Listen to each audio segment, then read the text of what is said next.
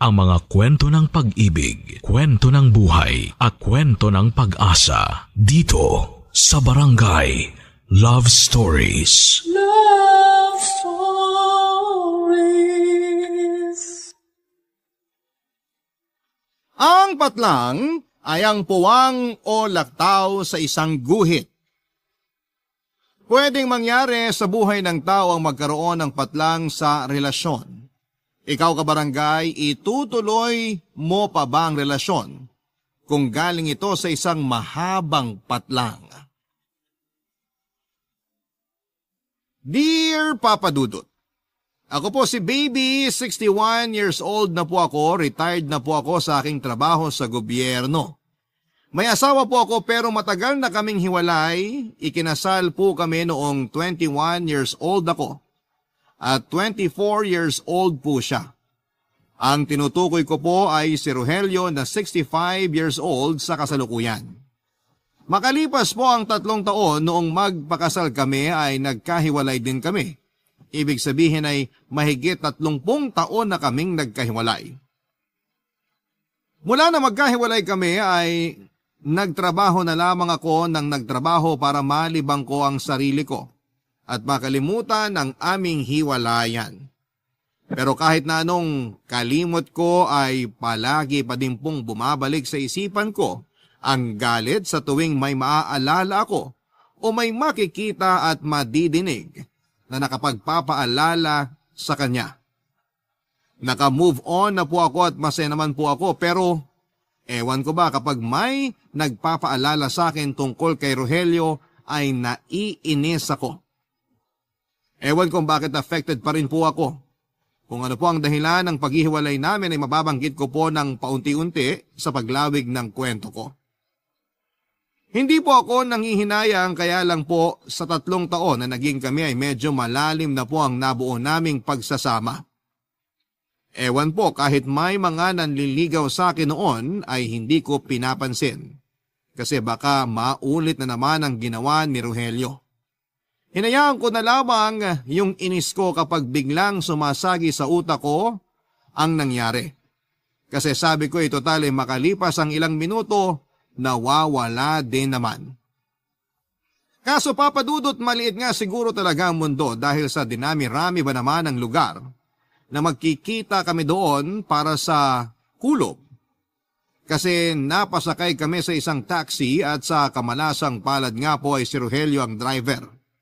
Mabuti na lang ay may tagakalma ako at yun ay ang kaibigan kong si Maya. Mas matanda po siya sa akin ng 1 taon, kaya para sa akin ay mas mature siya at napipigilan niya pag malapit na akong magalit.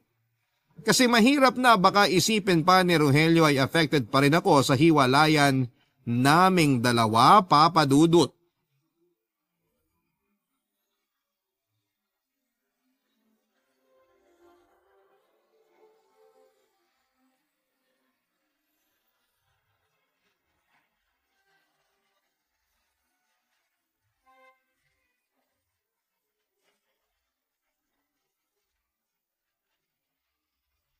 San kayo, Ma? Ikaw? Anong ma? Huwag mo nga ako matawag-tawag na ma? Mamang sasabihin ko, natigilan lang ako. O bakit? Dahil gandang-ganda ka pa din sa akin. Teka, ano nangyayari? May nag-aamok ho.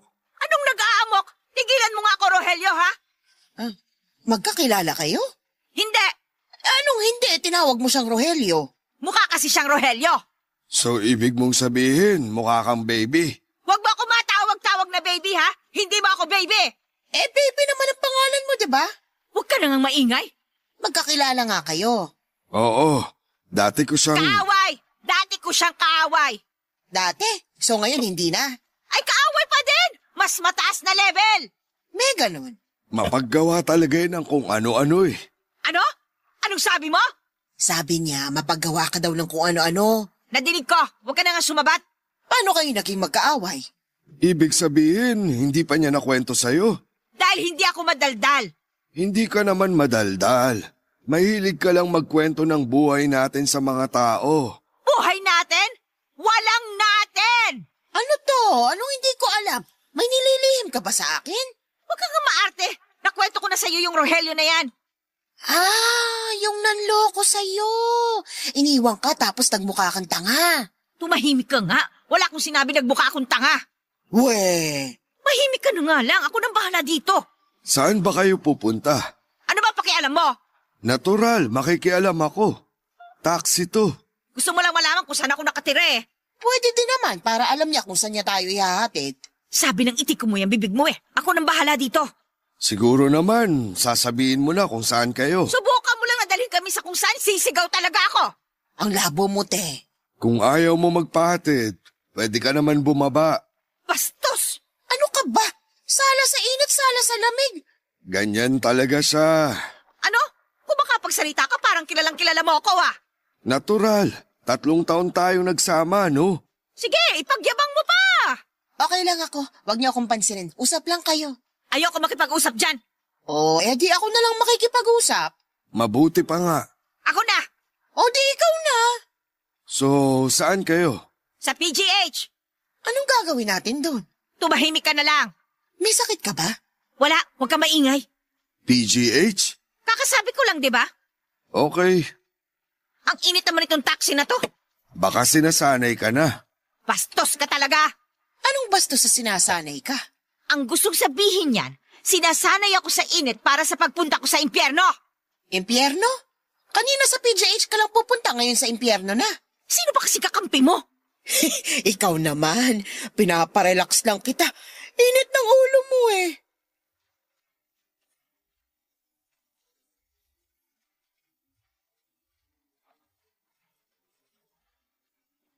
Papa Dudut, kahit na hindi kami pupunta ng PGH ay doon kami nagpababa para lamang wag malaman ng Rogelio na yon kung saan ako nakatira. Kaso po ay nabigla ako pagbaba namin na na-realize ko na malayo pa po pala ang bahay namin sa PGH. Kaya yun, naglakad tuloy kami ng malayo. Nakakainis po Papa Dudut kasi ayaw kaming pagbayarin ng Rogelio na yon. Akala siguro wala kaming pera. Naiinis po ako kaya naalala ko noong nag-date kami dati, ang yabang kasi. Gustong mag-taxi, yun pala ay wala siyang dalang pera. Kesyo naiwan daw niya ang pera niya, ang pitaka niya. Tapos ang nakakainis sa akin ay pinabayaran yung metro ng taxi. Ibabalik na lang daw niya. Nagkataon namang wala rin po akong dalang pera noon. Inisip ko kasi na wala naman akong gagastusin dahil sagot niya naman lahat kaya hindi ako nagdala ng pera, Papa Dudut. Kundi ba naman po siya siraulo noong nalaman niyang wala kaming pera pareho, ang sabi ba naman sa akin ay pagbilang niya raw ng 3 ay tatakbo daw kami. Pinaghandaan ko po ang date na yon kaya ang taas po ng takong ng sapatos na suot ko noon. Paano ako makakatakbo? Ayun yung loko-loko, itinuloy ang kanyang plano. Bigla siyang tumakbo. Tumakbo na nga na hindi pa nagbibilang ng 1, 2, 3, di na iwan ako. Ako lang tuloy yung nadala sa presinto. Opo, Papa Dudut. Umabot sa presinto yung kabalbala na yon ni Rogelio at ako ang nagrabyado. Bumalik naman po siya para bayaran yung taxi at pinakiusapan yung driver na huwag na akong sampahan ng reklamo. Pinakawalan naman po ako. Kaso yung kahihiyan na nangyari sa akin, yun ang hindi ko makakalimutan at kinaya. Pero dahil mahal ko siya, konting lambing, konting sorry, ayun, pinatawad ko pa. At heto na nga Papa Dudut. Makalipas ang mahigit 3 dekada ay nakita ko ulit ang pagmumukha niya.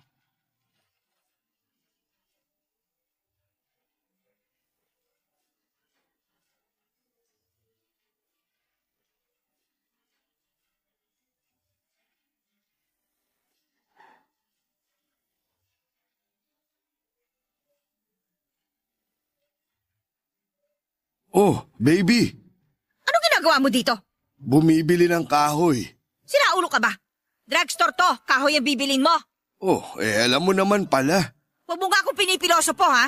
Yung tanong mo naman kasi, parang hindi na pag-isipan. Huwag mo akong binibwisit ha. Nako, lagi ka namang nabibwisit eh. Oo, pag nakikita ko yung pagmumukha mo.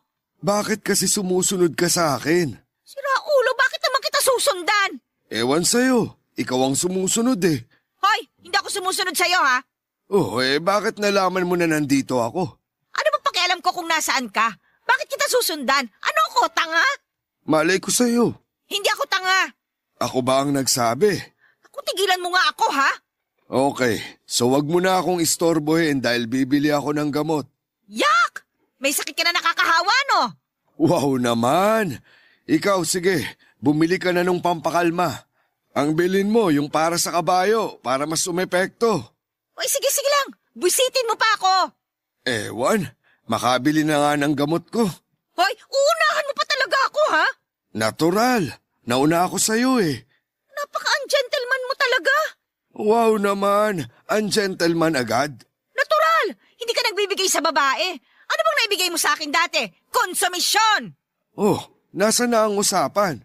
Paano napunta dyan? Umiiwas ka na naman. Lagi ka namang ganyan. Natural, pagbili lang ng gamot ang pinag-uusapan, bigla mong ipapasok yung dati. Kasi nga napapahiya ka dahil totoo. Oo na, totoo na kung totoo. Okay na. Oh, wag mo na akong guluhin. Hoy, hindi kita ginugulo, ha?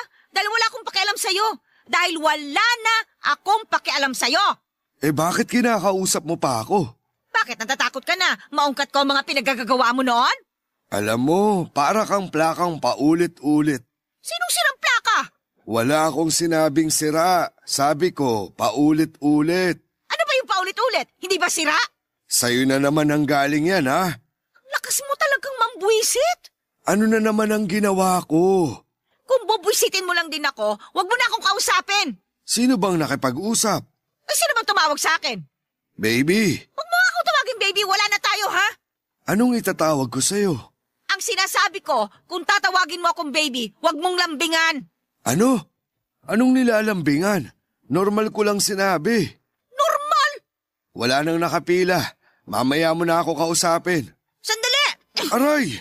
Arte nito, hinila ko lang yung t-shirt ko, makaaray. Nakurot mo ko. O sensitive ka? Masakit talaga. Arte? Bahala ka nga. Sandali nga! Ano ba? Masisira ang t-shirt ko kakahila mo. Mumurahin kasi? Sino yun? Ha? Hoy! Bumalik ka rito, bastos! Papa Dudut, hindi ako papayag na unahan niya ako sa counter. Kaya hinabol ko siya at nahila ko ang kwelyo ng damit niya. Ayun dinapahinto siya. Tapos nung ako na ang pupunta sa counter bigla niyang hinila ang bag ko na dala ko. Kaya naman nahulog. Tapos ay saka siya tumakbo papunta sa counter. Inaway ko siya. Hindi ako nagpadaig sa kanya at handa ako makipagsabayan ng mga oras na yon.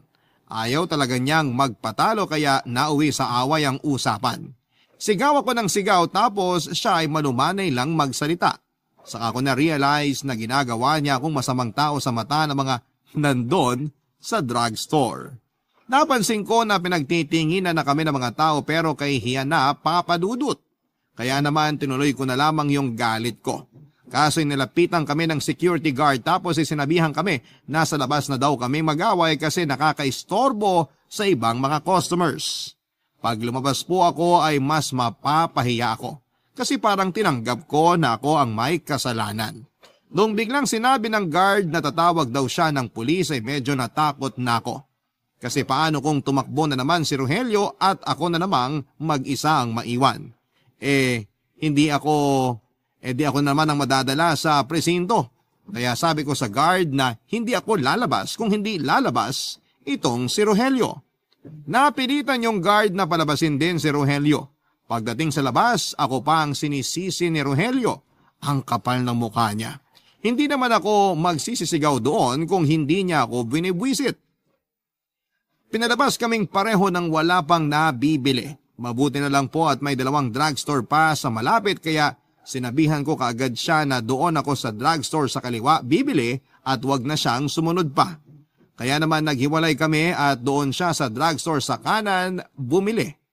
Kaso Papa Dudut, pagdating ko naman doon sa counter noong drugstore na pinuntahan ko, nawawala ang reseta ko.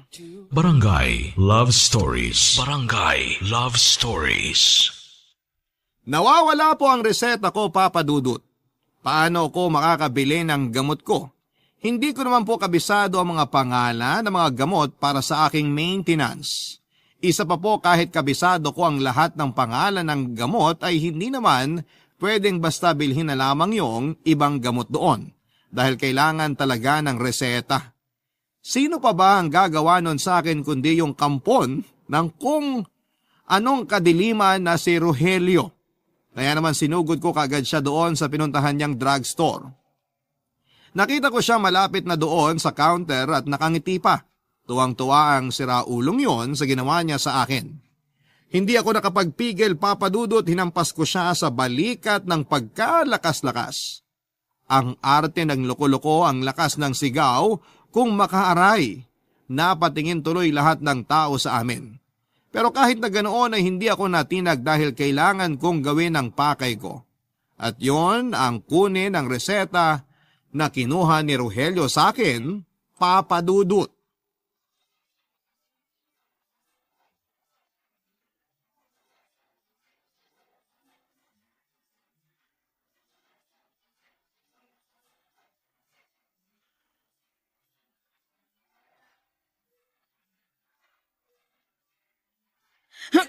Aray!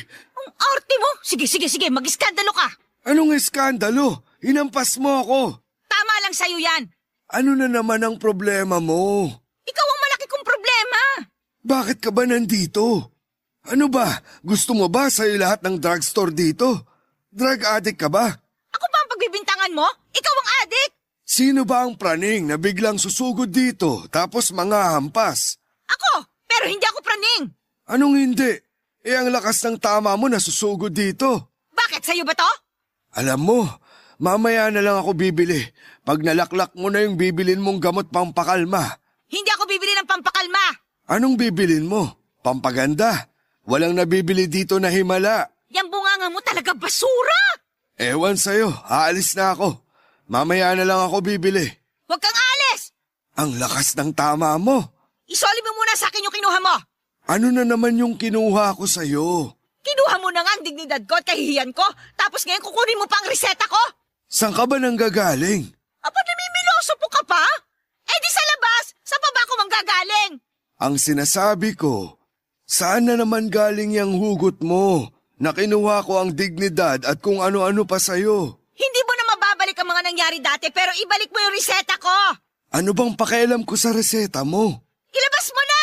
Huwag kang bastos. Sira ulo, yung reseta ko ang ilabas mo. Sinabi ko na, di ba? Wala akong pakialam sa reseta mo. Ano naman ang gagawin ko dun? Natural, itatago mo para mahirapan akong bumili ng gamot. Wala akong pakialam sa reseta mo. Dahil may sarili akong reseta. Hindi naman ako inggiterong tulad mo, no?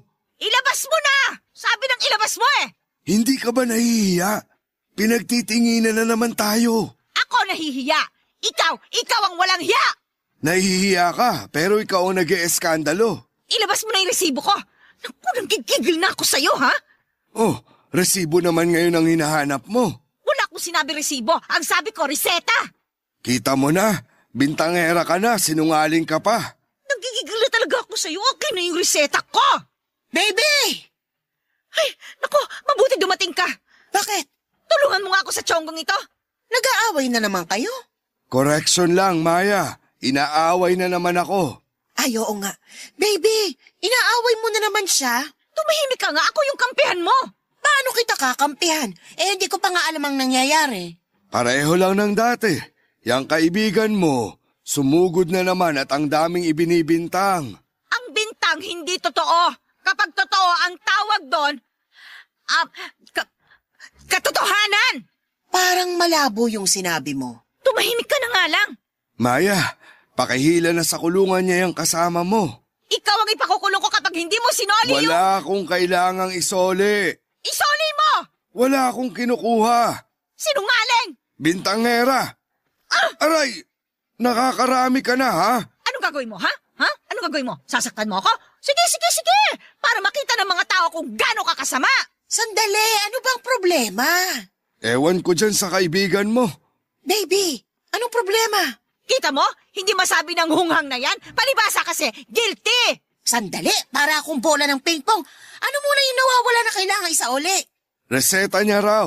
Kita mo? Eh di nasa'yo nga! Baby, kaya ako pumunta dito. Mamaya na yan, Maya.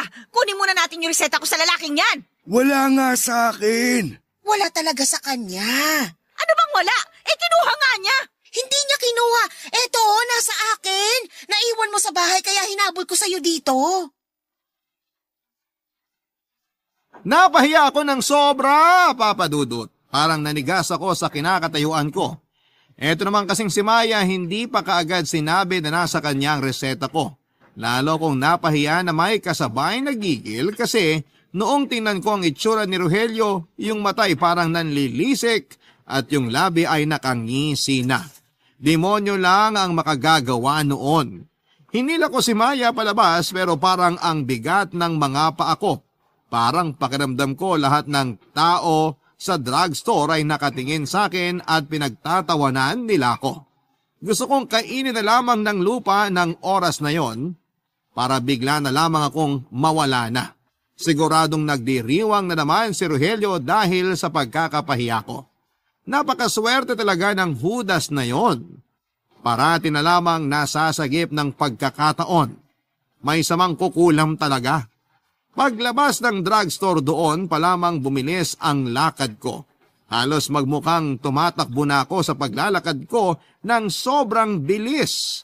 Eto namang si Maya hindi ko alam kung takang-taka o tawang-tawa sa mga naganap.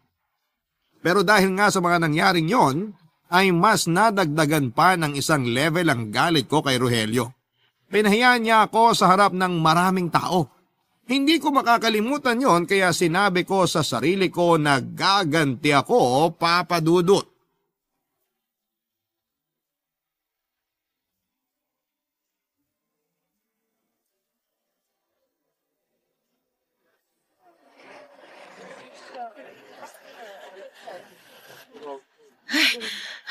Bilisan mo. Bakit? Baka nandyan pa yung Judas. Sino? Si Rogelio? Eh, sino pa ba? Bakit naman siya naging Judas ikaw ang nagkamali? Ano bang sinasabi mo? Ako yung Judas? Ano ka ba? Hindi. Uy, akala ko ako yung sinasabihan mo ng Judas eh. Hindi, no. Babae ka kaya hindi ka Judas. Ano? So kung may babaeng counterpart si Judas, ako yon? Sinasabi mo na ako si Maria Magdalena? Hindi Si Maria Magdalena nagsisi. Ikaw di ka naman nagsisisi. Uy, bakit ako magsisisi? Wala man akong kasalanan.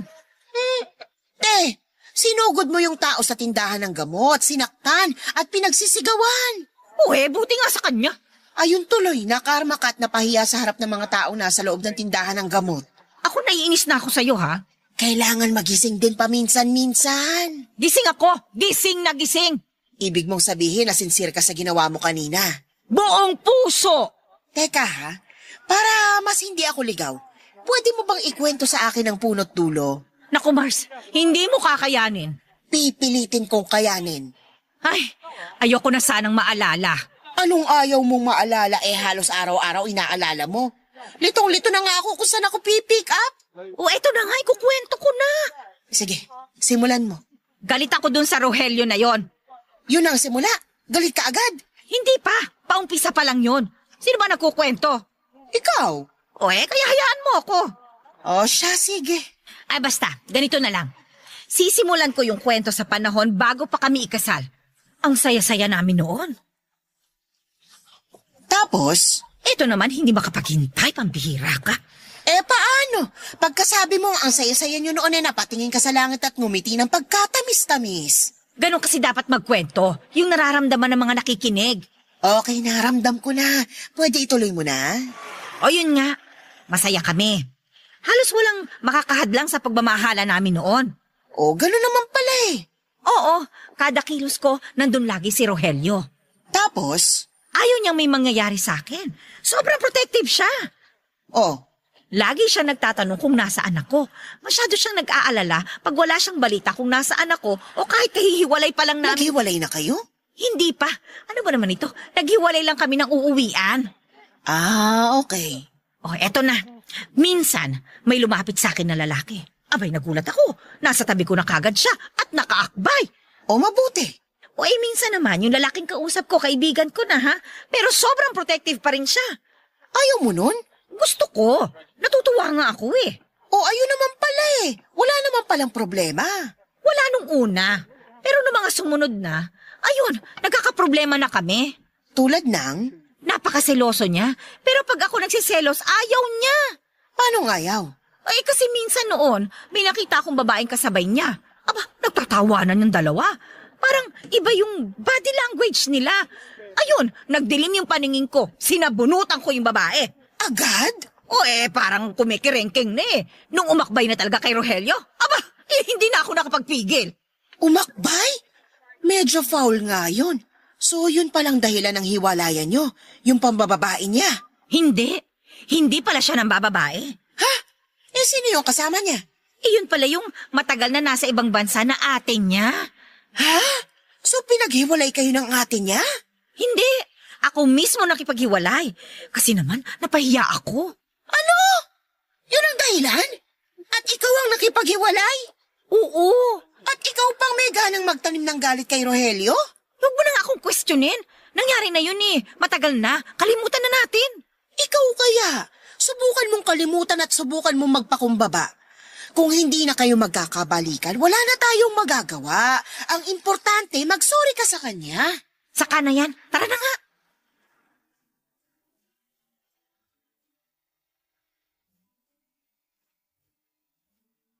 Papa Dudut, ako naman ang may kasalanan pero hindi pa ako handa na aminin yon. Sobrang napahiya ko dahil sa kanya kaya ang naging depensa ko ay ang magalit ng husto. Mahigit 30 taon na po kaming hiwalay kaya dapat ay okay na ako pero ewan ba kung bakit ako biglang nagalit na naman noong mapasakay kami sa taksing minamaneho ni Rogelio. Bakit kasi kailangan pa na makita ko ulit siya? Hindi ko tuloy alam kung sadyang pinaglalaroan ako ng pagkakataon kasi may pagkakataon na nanonood kami ng sine ni Maya. Nasa loob na kami pero hindi pa nagsisimula yung pelikula. Si Maya bumili na muna ng makakain at maiinom namin, ako naman ay nagbantay sa inuupuan namin. Nang may biglang nagtanong kung may nakaupo sa bakanting upuan sa kanan ko. Ang sabi ko naman ay wala. Kaya naman umupo doon yung nagtanong. Ewan ko kung bakit hindi ko siya nabosesan. Isa pa ay madilim at hindi ko naman tinignan ang mukha nung nagtanong. Kaya nung pag-upo niya ay nagkagulatan kami. Si Rogelio na naman at sa dinami-rami ba naman ng sinihan at sa dinami-rami ng oras at sa dinami-rami ng palabas.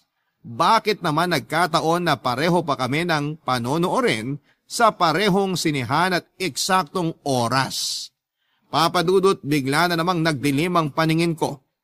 Alam ko na madilim po talaga sa sinihan pero nagdilim po talaga ng husto ang paningin ko. Papa Dudut. Barangay Love Stories. Barangay Love Stories. Papa Dudut, para bang may nakatagong memorya sa isipan ko ang biglang na-unlock ng mga oras na yon noong nasa sinihan kami ni Rogelio. Naalala ko na ang saya-saya namin noon. Naalala ko na madalas na sobrang saya namin habang nanonood ng sine. Tapos ay lagi kaming bumibili ng popcorn at soft drinks. Naalala ko rin na lagi niyang pinapahiram sa akin ang jacket niya pag giniginaw na ako. Palagi ko kasi talagang kinakalimutan yung jacket ko para ipahiram niya sa akin ang dala niyang jacket. Ganon po kami lagi, walang palya. Minsan nga po ay wala siyang dalang jacket kaya inakbayan na lamang niya ako para hindi ako ginawin. Inaamin ko, Papa Dudut, kung may salitang pabebe noon ay ako po yun, Papa Dudut. Si Rogelio naman ay wala ring palya sa pag-i-spoil sa akin. Bigla ko ring naalala na tuwing pagkatapos naming manood ng sine kakain kami sa labas.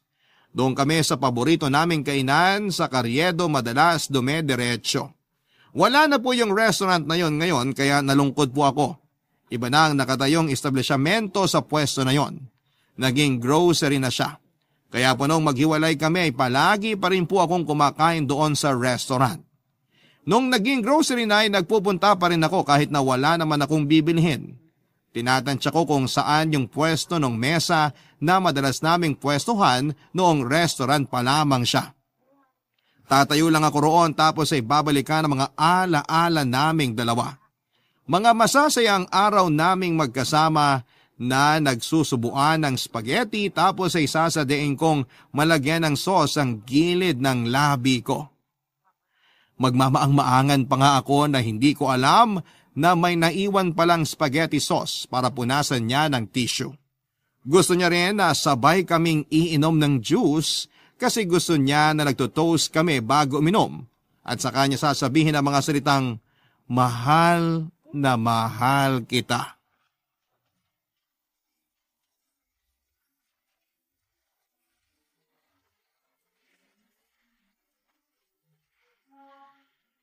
Hoy! Ano ba? Anong nangyayari sa'yo?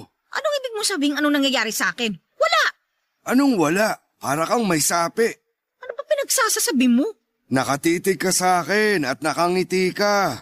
Kapal mo ha? Bakit naman kita tititigan? Ewan sa'yo. Kaya nga ako nagtataka eh. Yang guni-guni mo, kasing bopol mo. Alam mo, kalimutan mo na. Nag-alala lang naman ako sa'yo.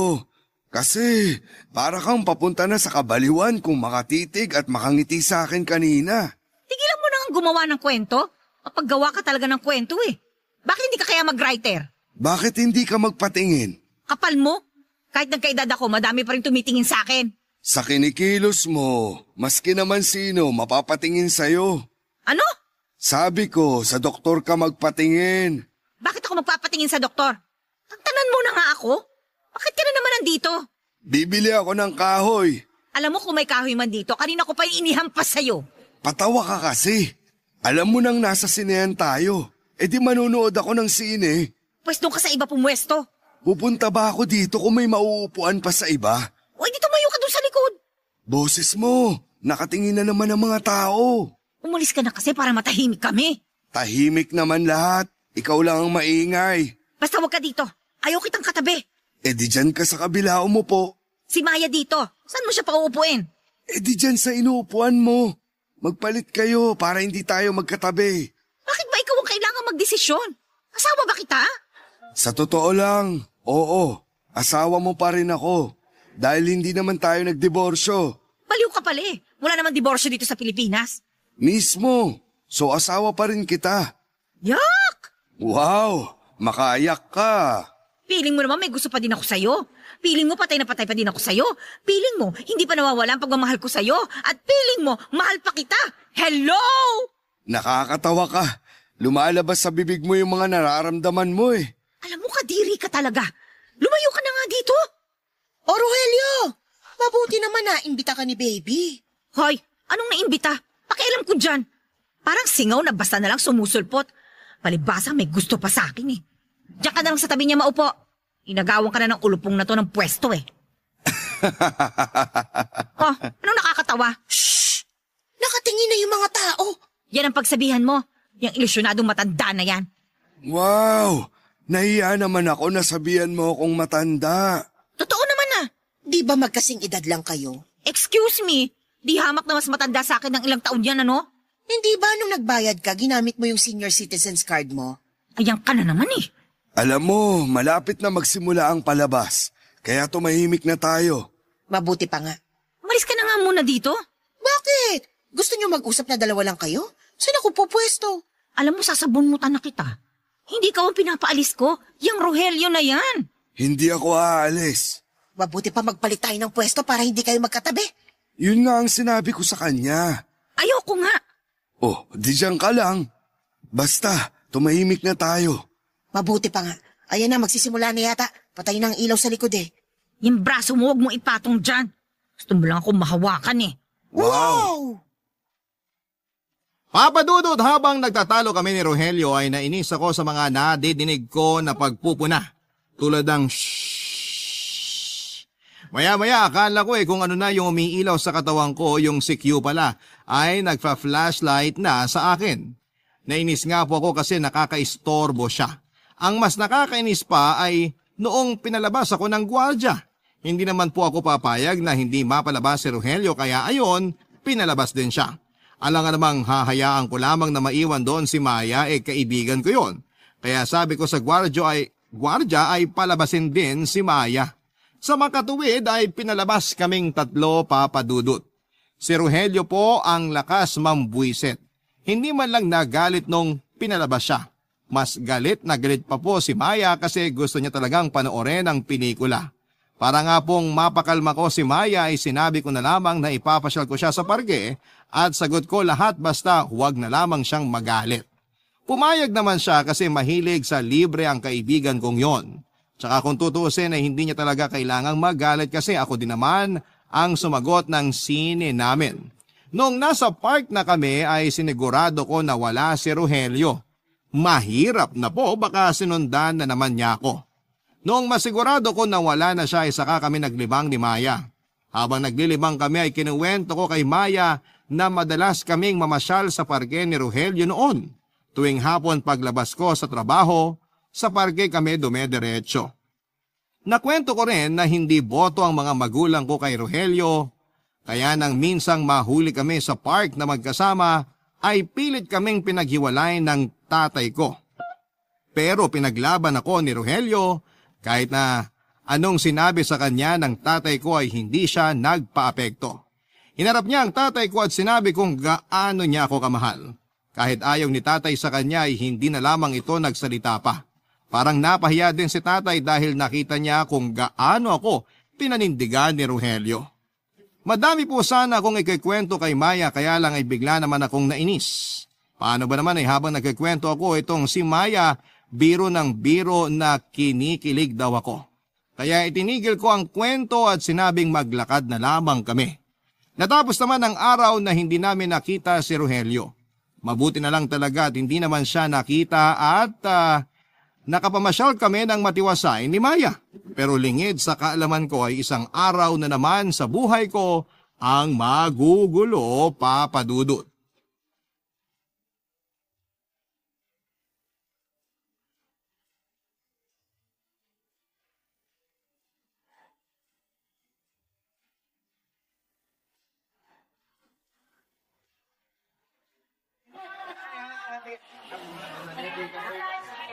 Bakit walang jeep? May strike ba? Jeep? Hindi naman dito sakayan ng jeep, doon sa kabila. Eh bakit nandito tayo? Eh sige, ikaw ang bumuhat lahat ng mga pinamalengke natin. Ano? Hindi mo ako tutulungan? Ang bigat kaya ng mga yan. O paano? Maglalakad na lang siya mag-isa papunta sa atin. Pilosopo ka talaga kaya nga dito tayo maghintay mas malapit. Dito dumadaan yung mga taxi. Taxi naman pala. Maganda yan naisip mo. Umaangal kasi kagad eh. Nagtatanong lang. Kaso ang tagal naman ng taxi. Patience. Ang init. Baka sinasanay ka lang. Sige. Simulan mo yung biro na yan. Eh na nga ba sinasabi ko eh. Yan ang natutunan mo dun sa Rogelio na yun eh. Ang piko nito. Oy, bakit kasi ang daming gagayahin? Yung panglalaking yun? Okay na. Tapusin na natin ang usapan tungkol kay Rogelio para mapayapa ang bibig mo. Mabuti pa nga. Wag na wag mo nang mababanggit kahit pangalan lang ng Rogelio na yon. Bakit mo binanggit? Sinasabi ko pa lang. Mula ngayon, wag mo nang masasabi-sabi ang pangalan ng lalaking yon, ha? Pangalan? Rogelio nga! Ayan, ikaw ang nagbanggit eh. Alam mo, pinaglalaroan mo na naman ako porque naiinis ako, ha? Umagang-umaga kasi aburido ka na naman. Basta, wag mo na mababanggit yon para hindi masira yung umaga ko. Hindi na nga. Alam mo naman na may sa impacto yon. Baka mamaya biglang sumulpot yun dyan. Ay, ayun may taxi! Taxi!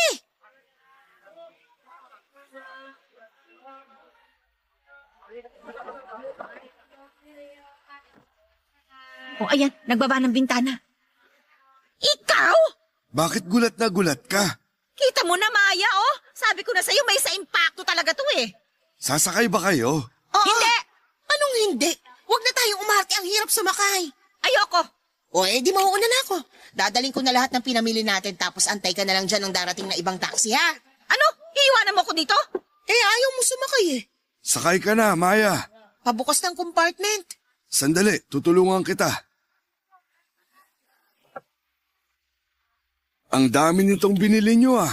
Anong meron? Pakialam mo ba? Hindi naman ikaw ang tinatanong ko. Wala ka bang naaalala sa petsa sa Sabado? Maya, tumigil ka na ha. Birthday ni baby. Mamaya, pakibati mo na lang ako sa kanya. Sige, makakarating. Hoy, huwag niyo akong pag-usapan, nandito lang ako. Tara na, Maya. Ano, baby? Sigurado ka ba magpapaiwan ka? Masyado ka mapilit. Oo na, sasabay na.